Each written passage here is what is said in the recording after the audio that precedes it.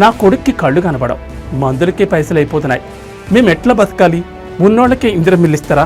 మాలాంటి పేదలకి ఏమీ తెలియని వాళ్లకు ఇందిరం మిల్లు కష్టమేనా? స్వరాజ్ న్యూస్తో నిరుపేద కుటుంబానికి నెరవేరిన సొంత ఇంటి కల.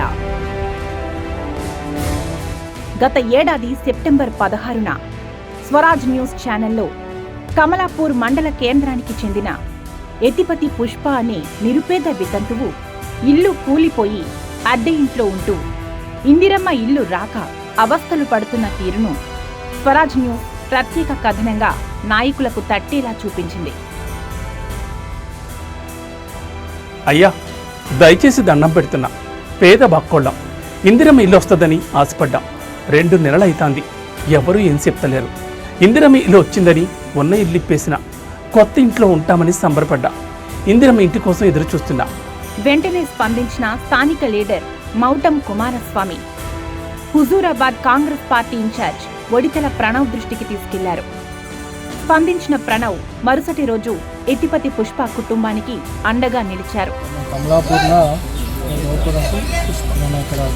లోపల ఊర్లో ఉన్నాను. ఇక్కడ ఎతిపతి పుష్ప వీళ్ళు దానికి నడు కనపడదు, వాళ్ళు నిలువని ఉన్నారు. ఇందిరమ్మ ఇల్లు వచ్చేలా వెంటనే సంబంధిత శాఖ ఆఫీసర్లతో ఫోన్లో మాట్లాడి నిరుపేద కుటుంబానికి భరోసా ఇచ్చి వెళ్లారు.